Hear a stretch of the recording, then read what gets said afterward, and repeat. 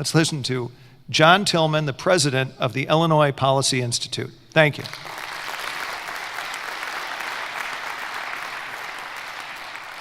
Well, I'd like to echo the thanks to Jack. I've worked with Jack for a number of years. He's an amazing man. I've toured his facility. It's a great American success story. We're all so much more well-informed about policy today because of the expertise of the people sitting up here, and it's very important that we do that because policies change lives. Good policies change lives for the better. Bad policies change lives for the worse. And the sad truth is, since January of 2009, both for America and for Illinois, is what we've seen is many, many millions of lives being changed for the worse. We have to work together to change that outcome. And to make that change, we have to face a very hard reality that policies go through a political process. And we also must understand that political victories and losses are not controlled by those of us in this room. They are controlled by the persuadable middle voters who dip in and out of elections every 2 years. And they are persuaded to vote one way or the other by how well we tell the stories about our policies and how they change lives. And it's very important for us to understand that this is a storytelling war going forward, and Liberty lost that war in 2008, but is making some inroads since then. And I think what's really interesting is that the two sides in this fight are clearly defined today more than ever between those who believe in the progressive paradigm and those who believe in the liberty paradigm. Think about the progressive paradigm for a moment. It's an ever-expanding government drawing more and more people into dependency for their food, their clothing, their shelter, their education, and now their health care. Unions draw talented people into their Orwellian grip and limit their upside potential. After all, in a union, all the members are created equal in a terrible perversion of the phrase.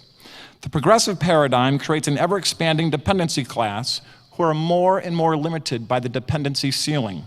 Of course, you can achieve a baseline of economic security for you and your family, but what you give up is the very essence of freedom and the very essence of the human spirit.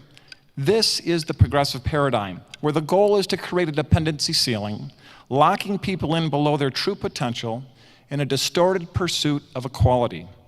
That is what they are selling, and they are winning all too often and for all too long.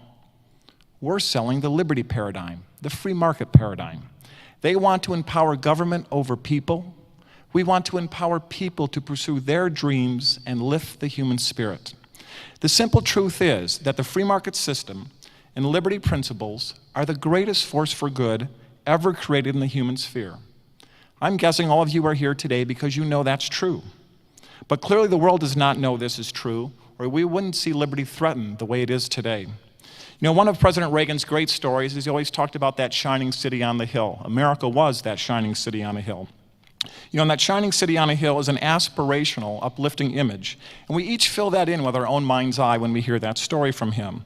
And we do that in a very personal way on what that means to us, what America on that hill is all about. You know, that city on the hill represents so many things.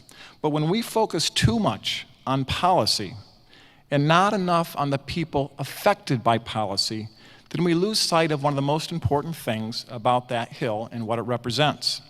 You see, on that hill is the moral high ground of the free market system and the liberty movement. The amazing truth is that the free market ideas are not only the best way to organize society in keeping with the founding principles, our ideas are the best way to help the poor and disadvantaged. And that is our moral high ground that we have to take back.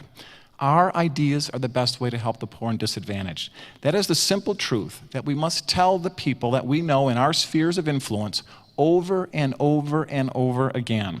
And if we do that, we will win the policy debates and persuade the persuadable middle to vote for candidates who believe in liberty and the free market system.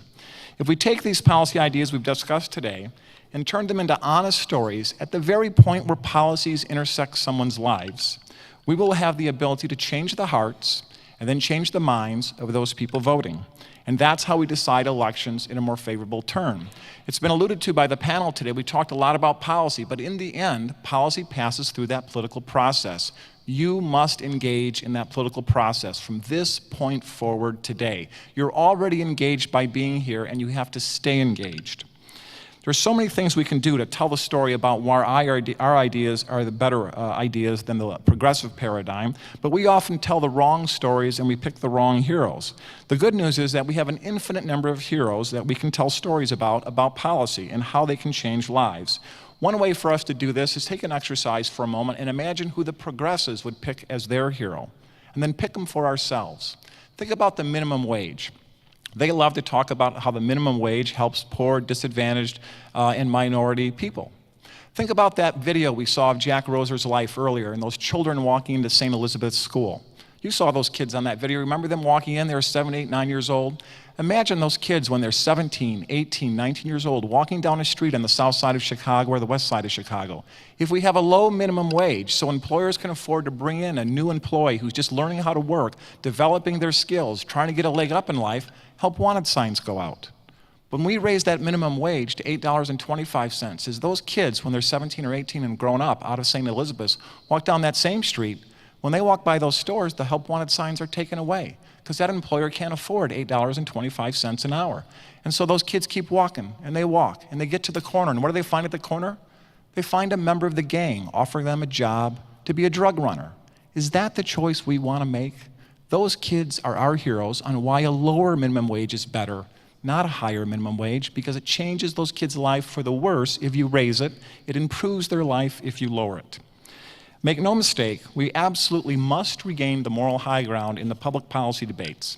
Real people are hurt or helped by how well we fight for what we believe in, for how well each of us become leaders in our own sphere of influence. Steve just referred to this. The thought I want to leave you with today is that each of you, every one of you, can become a great storyteller about the free market system and about liberty. You can learn how to tell stories that tell great stories about liberty and the free markets, and you can start changing people's minds in your own sphere of influence. Not just the people that are already with you. Talk to the people who are not, those surface-skimming, persuadable middle voters. Not only can you do this, I say you must do this.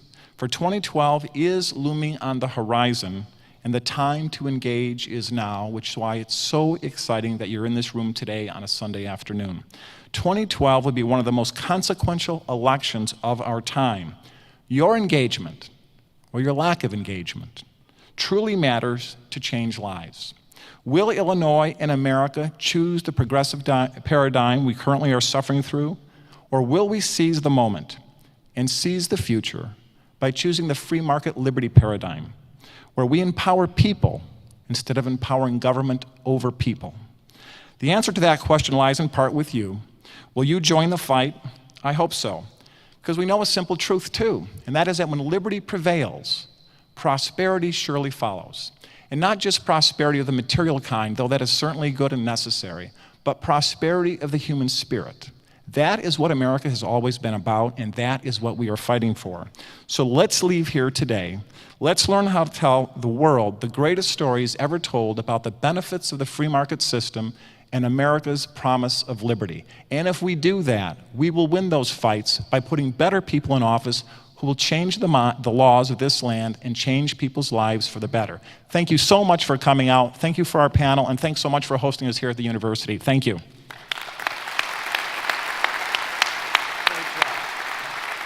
Ladies and gentlemen, it's our privilege to have shared the afternoon with you. We hope you feel the same way about us.